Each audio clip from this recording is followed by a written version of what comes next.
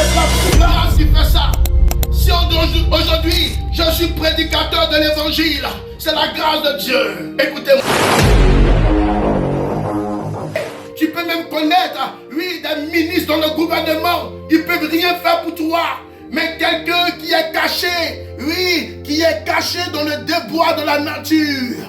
Quelqu'un qui est caché avec le parfum d'un mouton. Regardez un peu la vie de David. Ayant la grâce de Dieu, ayant, oui, la faveur de Dieu, même quand bien qu'il était caché avec les moutons. Parce que David, le parfum de David s'appelait mouton. Le parfum de David s'appelait bergerie. Le parfum de David s'appelait l'agneau. L'agneau, les moutons qui sentent. C'était le parfum de David. Quand bien même que David sentait, quand bien même que David répugnait, la grâce de Dieu était sur la vie de David. Et cette grâce a permis que le roi, a permis que le prophète Samuel, se déplace pour venir le oindre. C'est la grâce qui fait ça. Vous comprenez? C'est la grâce qui fait ça. La grâce va te chercher là où personne ne pouvait penser qu'un jour tu pouvais venir faire cela. C'est la grâce qui fait ça. Si aujourd'hui je suis prédicateur de l'évangile, c'est la grâce de Dieu. Écoutez-moi. Oui, ma vie n'a pas été toujours pareille.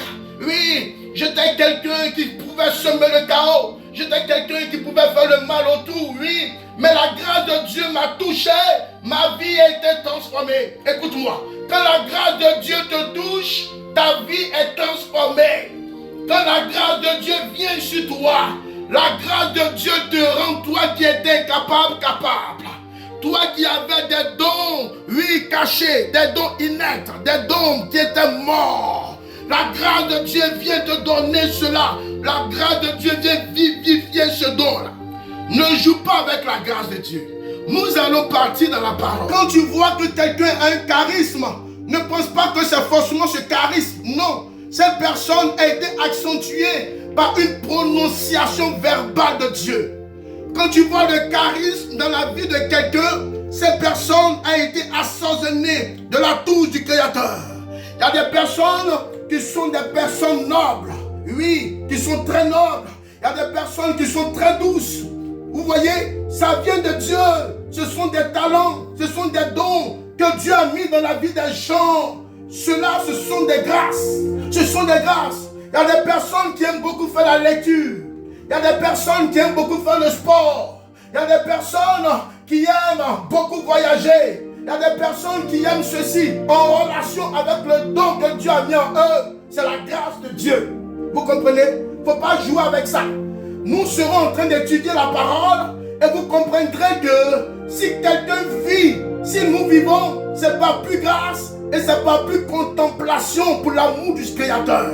Aussi longtemps qu'il y a une grâce de Dieu qui est établie, qui est manifestée en toi, dans ta vie, tu verras les répétitions s'installer, se reproduire autour de toi.